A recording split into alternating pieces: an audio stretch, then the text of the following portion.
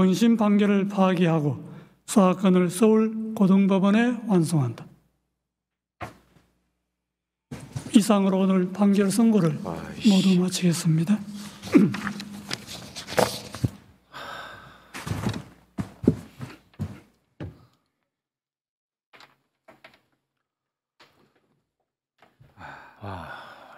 이건 사법 쿠데타 아닙니까? 이거는 진짜 이거 황당한.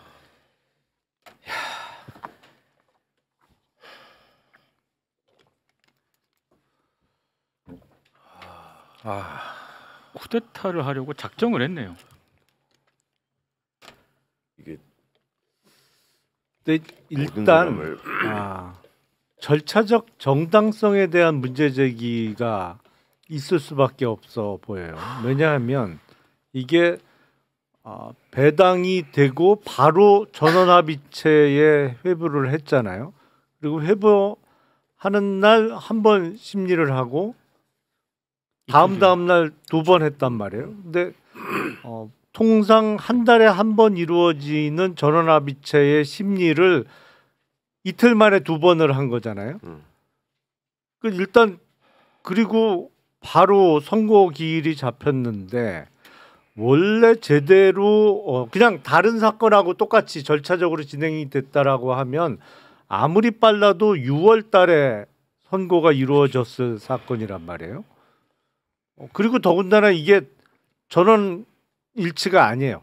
반대 의견이 있었단 말이에요. 그러면 반대 의견이 있고 대법관들 사이에 의견이 갈림에도 불구하고 그러면 그냥 2번째 심리 기일에 끝을 낸다. 의결을 해버리고 끝을 낸 거잖아. 결론을 내버렸잖아요. 네. 그리고 나머지 이제 판결문 작성에 시간이 필요하니까 일주일이 더 걸렸던 건데. 네. 이렇게 원심 판결을 파기하고 파기환송을 할 것 같으면 심리를 좀 더 했어야 되는 거 아닌가? 그리고 지금 이 사건 기록이 대략 7만 페이지 정도 된다고 하는데 아무리 대법관들이 기록 보는데 숙달된 그 프로페셔널이라고는 합니다만 7만 페이지 사건을 그 회부된 날부터 보기 시작했다고 하더라도 그러면 마지막 심리가 회부되고 하루 건너뛰어서 3일째 되는 날인데 7만 페이지를 3일 동안 어떻게 다 봐? 이거는 대법원이 이건 절차적 정당성에 대해서 계속 문제 제기가 될 수밖에 없는 사건인데요.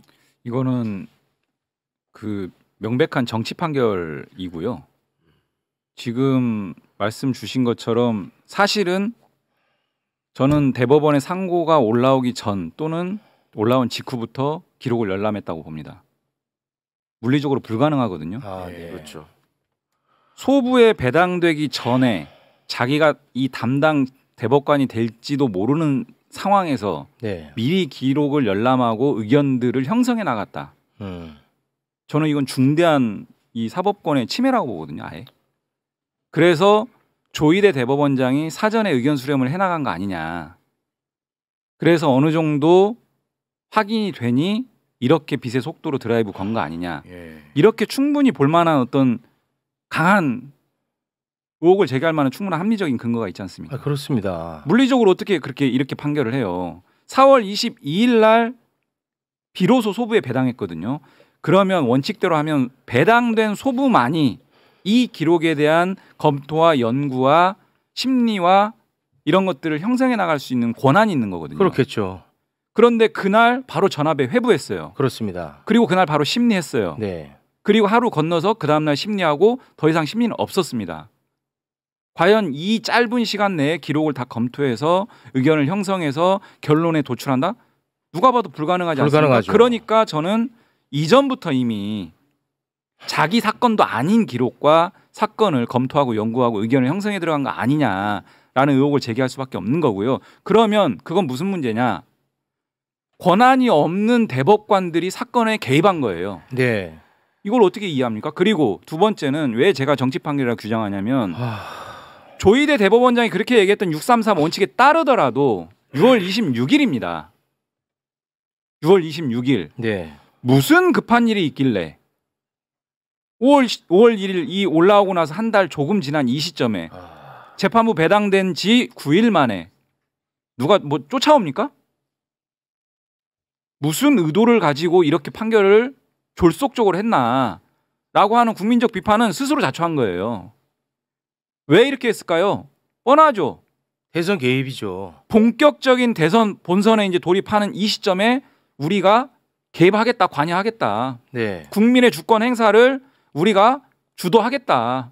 이거 말고는 설명이 안 됩니다. 아니 그러니까 예를 들어서 상고 기각이 났더라도 이것은 매우 부자연스러운 것이었고 네네. 대선에 개입을 했다라는 비판은 피할 길이 없다라는 얘기를 계속 해왔습니다. 상고 예. 기각일지라도. 그렇죠.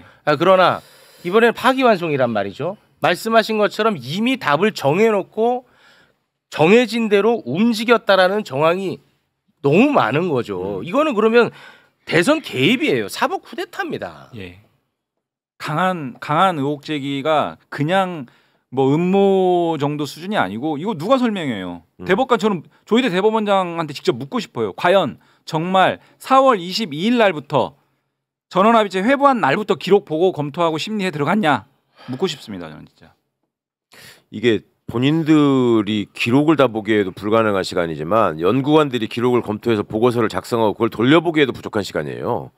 전적으로 이거 말이 안 되는 지금 시간 진행이 있었고 이제 더 걱정해야 하는 것은 지금 파기환송을 오늘 지금 선고했다는 거의 문제가 아니라 이자들이 지금 이런 식으로 하기 시작하면 대선 전에 지금 항소심 결론을 내라고 독촉을 안 한다는 보장이 없어요. 그렇습니다. 그것도 또 이제 그 안에 뭔가를 저지르고 설사 그걸 넘어간다고 하더라도 형사 불소추 특권에 대한 해석을 계속 대통령 재임 중에도 계속된 사건에 대해서는 그냥 할 수 있다라는 식으로 해서 대통령의 명주를 쥐겠다 손에 네. 뭐 이런 점까지 지금 염두에 두지 않고서는 이게 할 수 없는 짓을 지금 감행했거든요. 네. 이 너무나 지금 황당한.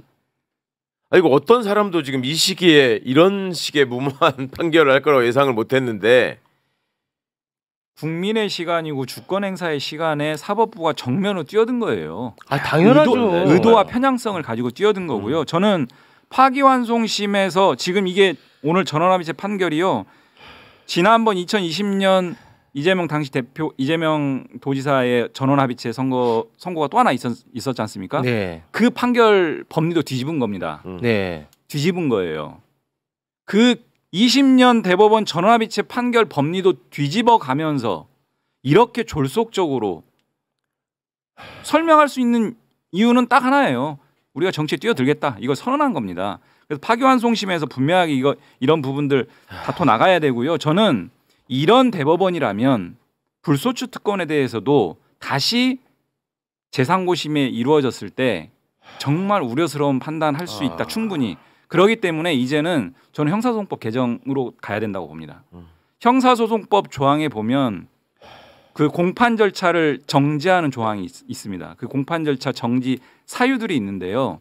이 사유를 추가하는 방식. 그러니까 이거는 위헌이 전혀 아닙니다. 헌법에 규정된 불소추 특권의 내용을 좀 더 명확하게 하자라는 측면에서의 법 개정이기 때문에 위헌이 전혀 아니고 대법원에 맡겨둘 일이 아니다. 이런 생각까지 들고요. 판결의 내용에서는 정면으로 우리 이 지금까지 절차 진행 내용적 부분 강하게 비판해야 된다고 봅니다. 저는.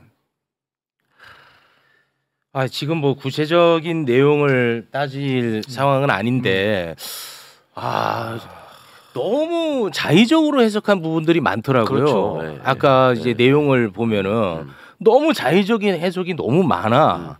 근데 어떻게 그게 다 10명이 같은 생각을 갖고 있을까요? 자의적인 해석을. 그러니까 기본적으로 뭐 공직선거법에 관한 법리를 오해했다고 마지막에 결론을 맺었으나 그걸 구성하는 사실관계에 대해 개입해가지고 지금 사실관계 판단을 한 거예요. 네.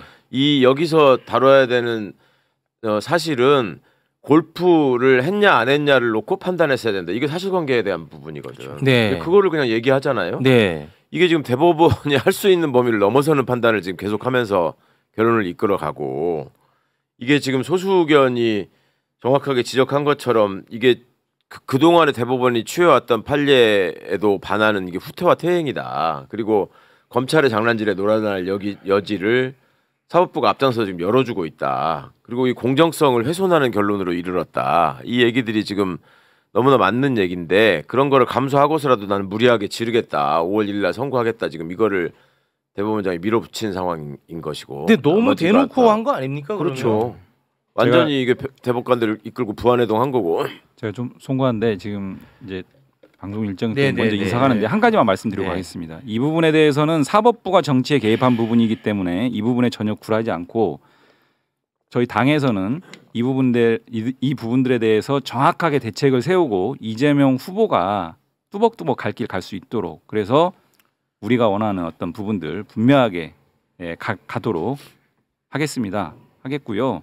이 정치 판결은 역사의 오점으로 남을 것이고 이 부분들에 대해서는 분명하게 우리가 대책을 세워서 휘둘리지 않고 흔들리지 않고 갈 길 가겠다. 대책을 마련하겠다. 이 말씀 드리고 먼저 이사하겠습니다. 네, 알겠습니다. 네, 고맙습니다. 감사합니다. 아, 이거는 정말 엄청난 사건입니다, 오늘. 아, 이거는 진짜 너무나 대놓고 맞아. 대선에 완벽히 개입을 한 겁니다. 국힘조차도 이렇게 노골적으로 나올 거라고 예상 못했을 텐데. 와, 야, 이거는 이거 진짜 엄청 큰 사건인데. 아니 역시 쉬운 대선은 없어요. 아, 사실 오늘 이런 대법원에서의 이벤트가 아니었다면 아주 뭐랄까 그렇죠. 누가 봐도 쉬운 대선이잖아요. 누구나 결과를 예측할 수 있는 선거였는데 역시 쉽게 가는 대선은 없구나 이런 생각이 들었고 뭐 여기서 그 제가 좀 반농담조의 말씀을 드리면 불행 중 다행이죠. 파기자판이 아닌 게 얼마나 다행이에요. 저는 마지막에 주문 읽는 순간에 이거 아니 이게 쭉 뭐 무슨 취지인지 뭐 쭉 들었는데 야 이러다 진짜 파기자판하는 거 아니야? 이런 생각까지 순간 들었어요. 그러니까 저렇게 법리를 무시하고 나가는데 아니 저 정도면 알놈이네. 그냥 맞아요. 저 정도면 파기자판하고 뭐 예를 들어서 피고인은 뭐 1심형과 같은 형 아니면 뭐 예를 들어서 벌금 300만 원, 500만 원 선고해 버리면 일단 법률적으로 이게 끝나버리는 상황이잖아요. 그래서 주문 읽기 전에는 아주 틀린 말씀은 아닌 것 같아요. 야 저러다 진짜 파기자판도 하겠다라는 생각이 들었는데 그래도 파기환송을 해서 그 너무 이렇게 침울해하는 것도 저는 뭐 이 또한 지나가리라. 그러니까 아니 뭐 제가 최대한의 나쁜 짓을 한 거고 이게 지금 정치행위로 밖에 볼 수 없는 게 진짜 공교롭게도 아까 조희대 대법관의 좌우에 앉아 있는 사람 있잖아요. 좌우에 남자 하나 여자 하나 앉아 있었죠. 그 두 분이 반대 의견 쓴 사람이야. 그 두 분이 남자가 이윤구 대법관, 여자가 오경미 대법관이에요. 거기까지가 그게 이제 대법관을 가운데로 해서 오른쪽 자리에 앉은 사람, 왼쪽 자리에 앉은 사람 이렇게 서열이거든요. 거기까지가 김명수 대법원장이 제청해서 문재인 대통령이 임명한 대법관이에요. 그 다음 오석준부터 나머지가 김명수가 제청하고 윤석열이 임명한 사람. 그다음에 조희대가 제청하고 윤석열이 임명한 사람. 조희대도 당연히 윤석열이 임명한 사람이고. 그러니까 이게 결과적으로 문재인 대통령이 임명한 사람들은 상고 기각 의견을 얘기했고 윤석열이 임명한 사람들은 전부 다 지금 파기환송에 붙은 거예요. 그렇습니다.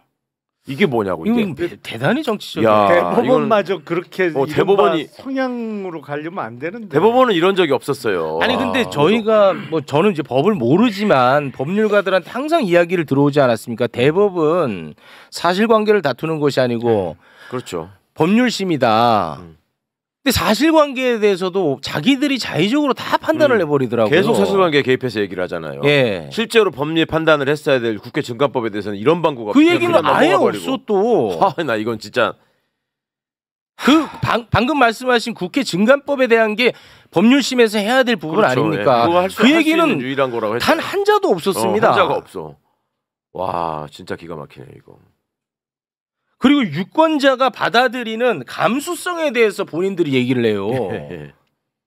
일반 선거인의 입장에서는 이렇게 볼 수밖에 없다 이런 식으로 가버리잖아요. 아니 어떻게 그 감수성이 어떻게 10명이 다 똑같아? 야.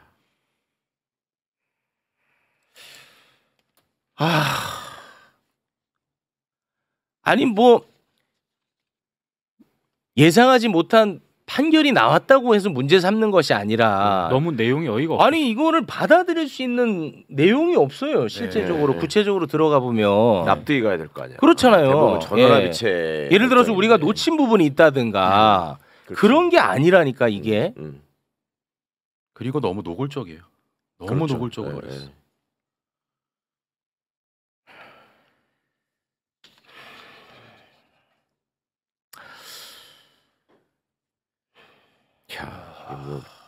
아니 이게 저 국민의 한 사람으로서 막 손잡고 높은 계단 올라가서 이제 좋은 세상 오나 하고 기분 조금 열리면 또 위에 또 벽이 있고 또 벽이 있는 느낌이어서 아 너무 괴롭네요 진짜.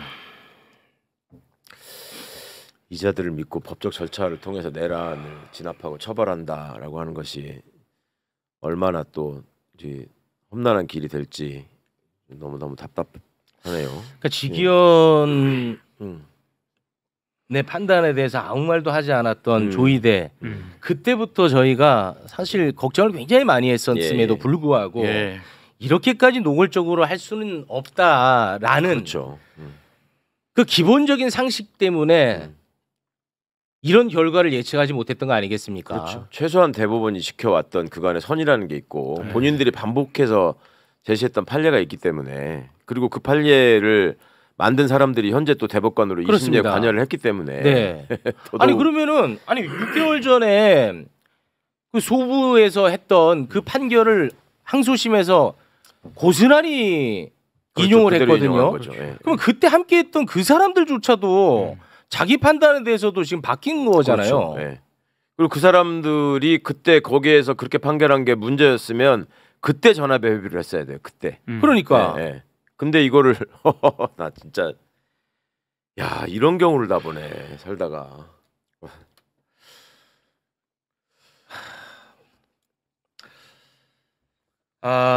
뭐 여러분께 좀 죄송합니다만 그리고 오늘 다음 코너를 하기 위해서 와주신 우리 출연자분들께도 너무나 죄송합니다만 다음을 계속 진행할 수 있는 상황은 아닌 것 같습니다. 그래서 오늘은 여기에서 정리를 좀 해야 될 것 같습니다. 저희도 오늘 이 사건에 대해서 좀 정리를 해서 좀 내일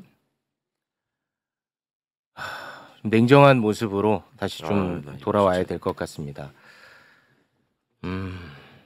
아니 근데 정말 냉정해질 필요가 좀 그건 뭐 있다고 너무 봐요. 맞는 말씀이죠. 그러니까 지금 너무 맞는 말씀이죠. 상황이 물론 이제 오늘 상고 기각이 됐으면 적어도 공직선거법 위반과 관련한 거는 클리어가 되는 거였는데 그게 안 되는 결론이 나왔지만 제가 아까 잠깐 얘기한 대로 저 기세면 파기자판하겠다라는 그러니까요. 생각까지 네, 들었는데 네, 그게 네. 아니었기 때문에 무슨 그 피선거권이나 뭐 바뀐 건 크게 없어요. 그냥 선거법 사건이 다시 서울 고등법원으로 되돌아갔다는 사실 정도가 지금 방금 추가가 된 거기 때문에 글쎄 너무 이렇게 낙담하고 뭐 할 상황은 전혀 아니다. 네. 오히려 결집할 수 있는. 너무 맞는 말씀이고 너무 좋은 말씀인데 아니 뭐 진짜 납득이 되게끔 이야기를 해야 되는데 그런 상황이 아니다 보니까 맞아요. 좀 이제 너무 당혹스러워서 제가 좀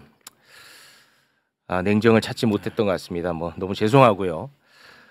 오늘은 여기에서 저희가 좀 마무리를 짓고 좀 정리를 해서 냉정을 좀 차리고 내일 다시 돌아오도록 하겠습니다. 여러분에게 좋은 소식 전해드리지 못해서 너무 죄송합니다.